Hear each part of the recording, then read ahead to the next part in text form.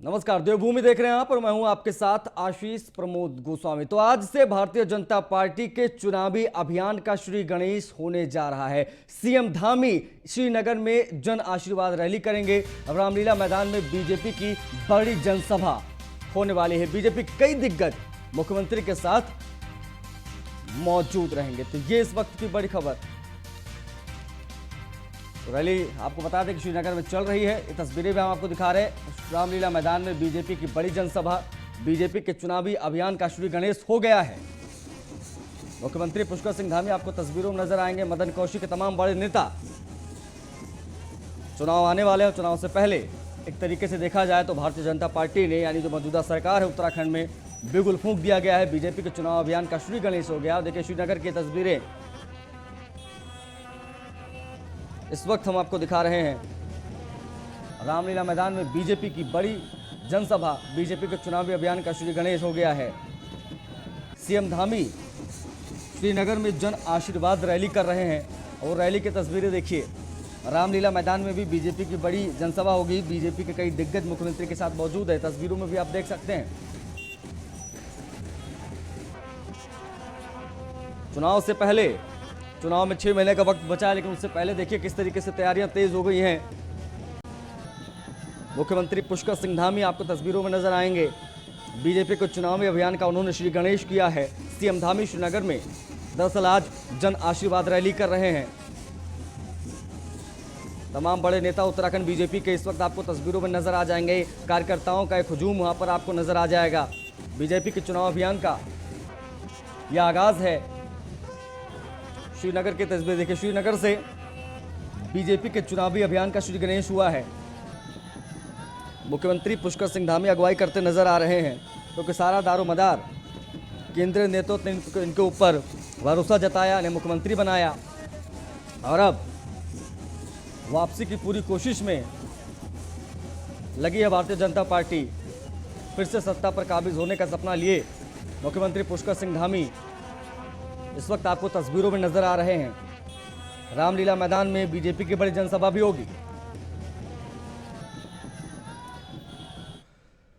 संदीप नेगी हमारे सहयोगी ज्यादा जानकारी के साथ सीधा लाइव जुड़ रहे हैं। संदीप, क्या जानकारी निकलकर सामने आ रही है? किस तरीके का पूरा रूट होगा इस यात्रा का?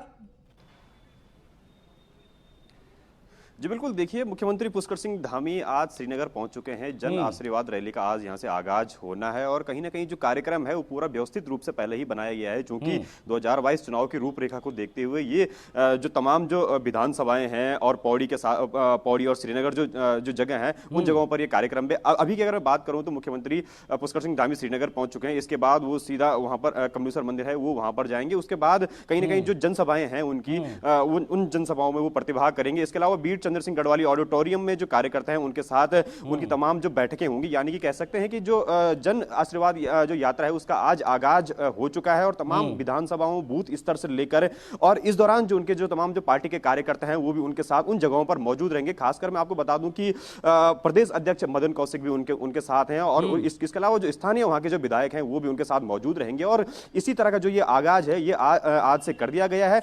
और श्रीनगर के साथ साथ पौड़ी की जो विधानसभाएं हैं उन विधानसभाओं से होते हुए कहीं ना कहीं ये पूरा कार्यक्रम रहेगा। सबसे बड़ी बात इसमें खास ये रहने वाली कि 4.5 साल में जितना भी कार्य उत्तराखंड सरकार ने किया है तो इन कार्यों को कहीं ना कहीं जनता के सामने रखा जाएगा, कार्यकर्ताओं के माध्यम से जनता के सामने रखा जाएगा। और बड़ी बात यह कि बूथ स्तर तक का जो कार्यकर्ता है, यानी कि जो पन्ना प्रमुख जो कि बीजेपी ने बनाए हैं उन पन्ना प्रमुखों के जरिए इन कार्यों को जनता तक रखा जाएगा। यानी कि 2022 की जो तैयारियां हैं चुनाव की वो पूरी तरह से अब भाजपा मजबूत करने जा रही है। यही वजह है कि जन आशीर्वाद रैली को इसका नाम दिया गया है और ये आज से इसका आगाज शुरू हो चुका है। और श्रीनगर में इस वक्त मुख्यमंत्री हैं और कुछ ही देर बाद जो बीर चंद्र सिंह गढ़वाली जो सभागार है वहां पर कार्यकर्ताओं का जो आना है वो वहां पर शुरू हो जाएगा। इसके अलावा जो स्थानीय विधायक हैं वो अपने कार्यकर्ताओं के साथ, पन्ना प्रमुखों के साथ वो वहां पर आएंगे और एक पूरा जो रूपरेखा है, समीकरण है कि आखिरकार किस तरह से मजबूती पार्टी को देनी है। दिग्गज जो है साथ में मौजूद होंगे मुख्यमंत्री के, क्योंकि बहुत ही ज्यादा अहम ये यात्रा। आप बने रहिए संदीप, आएंगे आपके पास, दोबारा अपडेट आपसे लेंगे।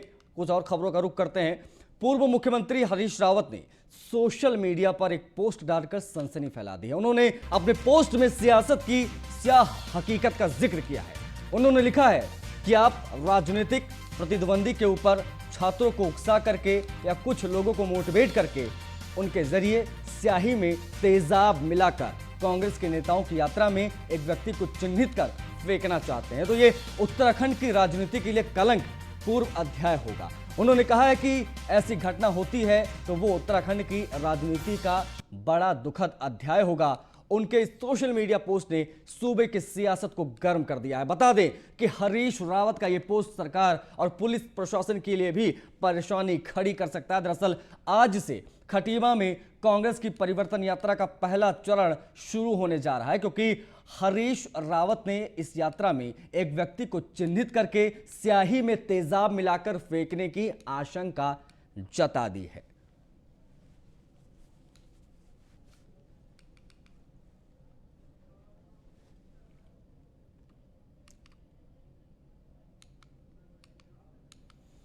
पूर्व मुख्यमंत्री हरीश रावत की तरफ से परिवर्तन रैली में तेजाब फेंकने की आशंका जताने पर कांग्रेस के प्रवक्ता प्रतिमा सिंह ने हरीश रावत का समर्थन किया है। कांग्रेस प्रवक्ता प्रतिमा सिंह का कहना है कि बीजेपी ऐसा काम जरूर करवा सकती है, क्योंकि जिस तरह कांग्रेस की लोकप्रियता बढ़ रही है उससे बीजेपी के नेता परेशान हैं।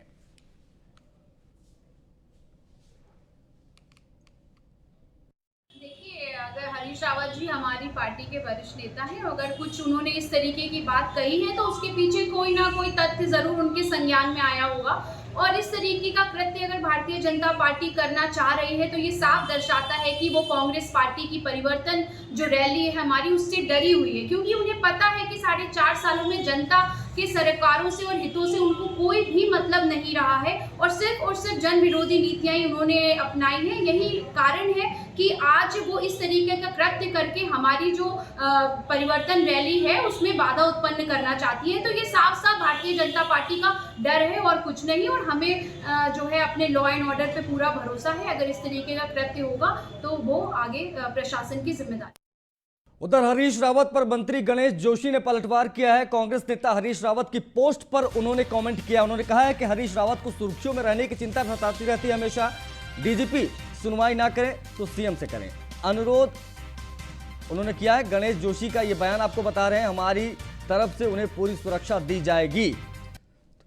तो ये देखिए हरीश रावत पर मंत्री गणेश जोशी का पलटवार, ये टिप्पणी देखिए। हरीश रावत को हमेशा सुर्खियों में रहने की टेंशन होती है, ये बात कही है गणेश जोशी ने। देखिए हरीश रावत जी हमेशा सुर्खियों में रहने के लिए इस प्रकार के काम करते रहते हैं, और उनको ऐसा आदेश है तो डीजीपी से कहें। अगर डीजीपी उनकी बात नहीं सुनता तो कोर्ट के माध्यम से अपनी बात को कह सकते हैं। लेकिन मात्र चर्चाओं में आने के लिए, मात्र सुर्खियों में आने के लिए कि आज सरकार से आज कांग्रेस के अंदर उनका अस्तित्व समाप्त होता जा रहा है, कई लोग उनको स्वीकार नहीं कर रहे हैं, तो इस प्रकार की हरकतें करते रहते हैं। तो उनको मैं सलाह दूंगा कि अगर वास्तव में अगर उनको ऐसा लगता है तो आप अगर डीजीपी से कहिए, हमारे माननीय मुख्यमंत्री से कहिए, हम उनकी पूरी सुरक्षा करेंगे।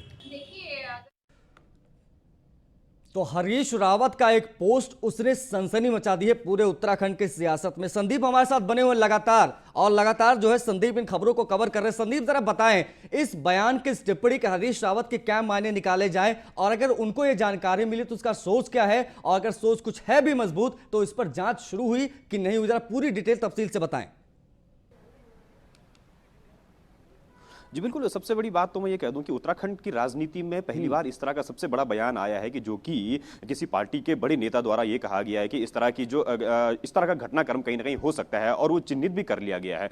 बड़ी बात यह है कि जैसा उनके द्वारा कहा गया है कि हमारी जो परिवर्तन रैली है उसमें स्याही में तेजाब मिलाकर कहीं ना कहीं फेंक दिया जाएगा, और ये बड़ी जो बात है वो हरीश रावत ने कही है। तो कहीं ना कहीं इससे लॉ एंड ऑर्डर है उस पर वो भी कहीं ना कहीं अब मजबूती के साथ कहीं ना कहीं पूरी रैली को तब्दीली से देखने की कोशिश करेगा। इसके अलावा जो दूसरी जो पार्टियां हैं, भाजपा है, आम आदमी पार्टी, उन्होंने भी कहीं ना कहीं हरीश रावत को घेरना शुरू कर दिया। सीधे तौर पर अगर हरीश रावत की अगर मैं बात करूं तो ये बयान अब उन्होंने, चूंकि उनके पहले भी कई इस तरह के बयान रहते हैं, लेकिन वो सुर्खियों में आने के लिए हम उन्हें कह सकते हैं। और लेकिन जो इस बार का जो बयान है वो कहीं ना कहीं बहुत बड़ी जो बात लेकर आता है कि भाई अगर इस तरह की घटना होती है तो कहीं ना कहीं दिक्कतें जरूर हैं, वो पुलिस प्रशासन के लिए भी दिक्कत है और खुद कांग्रेस के लिए भी दिक्कत है। और लेकिन सबसे बड़ी बात उन्होंने कही कि भाजपा जरूर अब ये ऐसा काम करवा सकती है, चूंकि इस वक्त जो कांग्रेस की जो स्थिति है वो मजबूत हो चुकी है और जो बीजेपी तिल मिला रही है तो ऐसा घटनाक्रम जरूर कर सकती है। हालांकि उनकी जो सोर्सेस के बारे में जो बीजेपी नेताओं से पूछा गया तो उन्होंने कहा कि इस प्रकार के सोर्सेज हमें मिले हैं और हमें मिले हैं, तो उनसे यह भी बात हुई कि अगर इस प्रकार के सोर्सेज अगर मिले हैं तो क्यों ना तुम लॉ एंड ऑर्डर को बता दो। तो पूरे मामले में अभी तक जो चिन्हित जो व्यक्ति है या फिर जो बातें हैं वो अपने हिसाब से पुलिस प्रशासन तो जरूर देख रहा है, लेकिन कांग्रेस की ओर से कोई ऐसा व्यक्ति का नाम मतलब या फिर बातें संदीप, क्या ऐसा क्लू मिला है? क्या ऐसी जानकारी वाकई में मिली है कि इस तरह का हादसा हो सकता है, इस तरह की साजिश हो सकती है परिवर्तन यात्रा में? क्या पुलिस प्रशासन को कुछ जानकारी मिली इस बाबत? जी बिल्कुल, देखिए पुलिस प्रशासन को इस बार की कोई जानकारी नहीं मिली है कि आखिरकार इस तरह की कोई हादसा हो सकता है, लेकिन अपने आप में पुलिस प्रशासन भी सचेत हो गया है। चूंकि हरीश रावत हैं, पार्टी के बड़े नेता हैं, पूर्व मुख्यमंत्री हैं, कांग्रेस के राष्ट्रीय महासचिव हैं, तो उनका ये बयान कहीं ना तौर पर हल्के में नहीं लिया जा सकता। और उत्तराखंड की राजनीति अगर मैं बात करूं तो सबसे बड़ा बयान ये निकल कर आया है। और किसी रैली में अगर इस तरह की अगर बातें होती हैं, इस तरह का घटनाक्रम होता है तो कहीं ना कहीं पुलिस को लेकर भी सवाल चिन्ह जरूर पैदा हो सकते हैं। तो लिहाजा खुद इस पर अब पुलिस प्रशासन सक्रिय हो गया है। जो सूचना तंत्र है वो पूरी तरह से अपनी मुखबिरी के माध्यम से लगातार प्रयास कर रहा है कि आखिरकार ऐसी जो बातें हैं वो हरीश रावत ने किस लिहाज से कह दी है। क्या ये कहीं महज एक सुर्खियों में आने की बात है या फिर एक जो रैली को कहीं ना कहीं बड़ा चढ़ाकर करने वाली बात है? तो इस बयान को लेकर भी कहीं ना कहीं पुलिस ये भी देख रही है और दोनों पहलुओं पर पुलिस इस बात की अब अपने स्तर से जांच कर रही है। हालांकि पुलिस के पास अभी तक इस तरह का कोई नाम नहीं आया है, लेकिन कांग्रेस की अगर बात करूं तो कांग्रेस के जो नेता हैं उनका सीधे तौर पर कहना है कि उनके द्वारा जो चिन्हित जो व्यक्ति हैं, यानी कि स्पष्ट उनके द्वारा कह दिया गया है कि इस तरह की घटना बीजेपी दूर कर सकती है और सीधा आरोप जो बीजेपी पर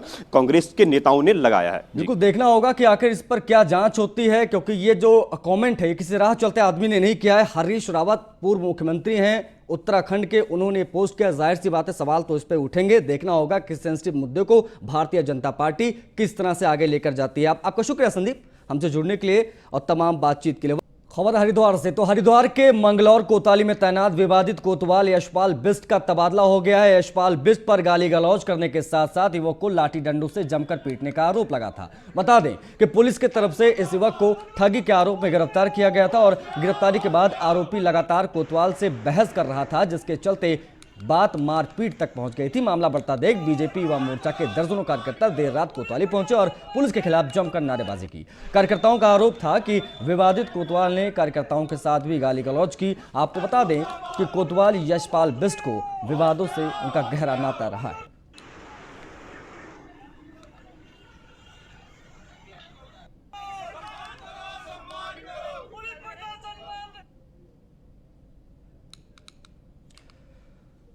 सुदीप जैन ज्यादा जानकारी के साथ जुड़ गए हमारे साथ। सुदीप, क्या जानकारी है, आखिर क्यों अचानक से तबादला किया गया? क्या इसको माना जाए कि अभद्र बर्ताव भारी पड़ा?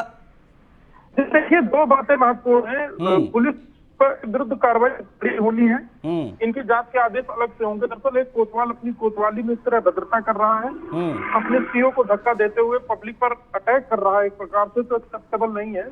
थोड़ा भारतीय जनता पार्टी के विधायक और कुछ सीओ वहां मौजूद है, ऐसी स्थिति में हुआ। तो फिलहाल इनका तबादला कर दिया गया है रुड़की कोतवाली में और रुड़की कोतवाल को मंगलौर भेजा जाएगा। इस मामले के अलग से जांच की जाएगी कि आखिर रुपए लेने का आरोप कितना सही है और जो अभद्रता होगी वो सबके सामने है। देखना महत्वपूर्ण होगा कि यशपाल बिष्ट जिनके साथ विवाद चलते रहते हैं, क्या वो बच जाएंगे या इस बार सख्त सजा पाएंगे? तो क्या ये माना जाए कि अगर जांच में कुछ चीजें सामने आती हैं जो जैसे जैसे आरोप लगे हैं तो क्या सस्पेंशन भी हो सकता है इनका? जी देखिए, ट्रांसफर सस्पेंशन पुलिस में तमाम प्रक्रियाएं हैं प्रशासनिक कार्रवाई के लिए। देखना होगा कि जांच कैसे होती है और जांच में निकल करके आता है। इनके जो पूर्व के प्रकरण है उनको भी जांच में शामिल किया जाएगा। चलिए, बहुत शुक्रिया संदीप जुड़ने के लिए, तमाम बातचीत के लिए। तो विवादित कोतवाल यशपाल बिष्ट का तबादला हो गया है। अवैध बर्ताव का आरोप लगा था। कई विवादों में दरअसल कोतवाल यशपाल बिष्ट घिरे रहे हैं और अब उनका तबादला हो गया है। तो उत्तराखंड सरकार में बेलगाम नौकरशाही की बातें और मंत्रियों का नौकरशाहों से भिड़ना आम हो चला है। वहीं भाजपा के प्रदेश अध्यक्ष मदन कौशिक ने नौकरशाही पर दिए गए बयान को लेकर कहा है कि नए मुख्यमंत्री पुष्कर सिंह धामी के आने के बाद नौकरशाही को जिस पर काम पर लगाना चाहिए था उन्हें उसी तरह से काम पर लगाया गया है। नौकरशाही में कई तरह के परिवर्तन भी किए गए हैं और कई ट्रांसफर भी करवा दिए गए हैं। साथ ही उन्होंने धमकी भरे लहजे में भी कहा है कि जनता के हित में कोताही बरतने वाले अफसरों पर सख्त कार्रवाई की जाएगी।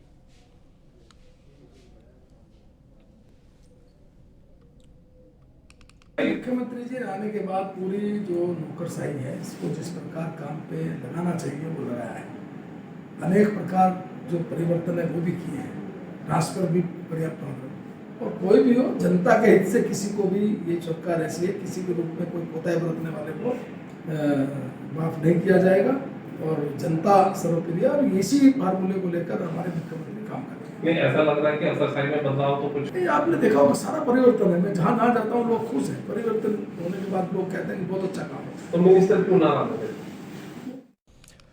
तो केंद्रीय रक्षा राज्य मंत्री अजय भट्ट इन दिनों उत्तराखंड के दौरे पर है। दौरे के दौरान अजय भट्ट IMA पहुंचे, जहां वॉर मेमोरियल में उन्होंने शहीदों को नमन किया। उसके बाद बीजेपी के वरिष्ठ नेता और पूर्व मुख्यमंत्री भुवन चंद खंडूरी से भी उन्होंने मुलाकात की। बता दें कि रक्षा राज्य मंत्री बनने के बाद अजय भट्ट की पूर्व CM खंडूरी से यह पहली मुलाकात है।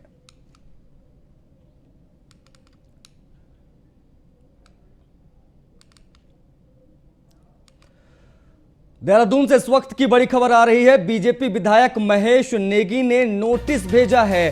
दुष्कर्म पीड़िता को भेजा है मानहानि का नोटिस। माफी मांगने के साथ 5 करोड़ रुपए देने की मांग की है। बीजेपी विधायक पर रेप का आरोप लगा था। आपको बता दें सोशल मीडिया पर विधायक की छवि भी खराब हुई थी। द्वारा हाट अल्मोड़ा से बीजेपी विधायक महेश नेगी वरिष्ठ अधिवक्ता चंद्रशेखर तिवारी ने इसकी जानकारी दी है। तो मानहानि का नोटिस भेज दिया है। 5 करोड़ रुपए देने पड़ेंगे अगर ये बात सामने आती है तो। क्योंकि द्वाराहाट अल्मोड़ा से बीजेपी विधायक महेश नेगी इनके ऊपर रेप के आरोप लगे थे। वरिष्ठ अधिवक्ता जो है चंद्रशेखर तिवारी, इन्होंने ये जानकारी दी है। देहरादून से इस वक्त की बड़ी खबर, सुर्खियों में रहे थे उस दौरान विधायक। रुद्रप्रयाग के गड़मिल गांव से बाप बेटे के रिश्ते को शर्मसार कर देने वाला मामला सामने आया। यहां एक बेटे ने अपनी मां के साथ मिलकर पिता को लात घूंसों से पीटा और हथौड़े से वार कर लहूलुहान कर दिया। घटना में पीड़ित पिता को गंभीर चोटें आई हैं, साथ ही सिर पर 36 टांके भी लगे हैं, जबकि शरीर के अन्य हिस्सों में भी कई गंभीर चोटें आई हैं। जिसके बाद पीड़ित पिता ने राजस्व उप निरीक्षक अमित राणा को तहरीर देते हुए अपनी पत्नी, बेटे और अन्य 2 लोगों के खिलाफ कार्रवाई की मांग की है। बता दें कि पैसों को लेकर यह मारपीट हुई थी।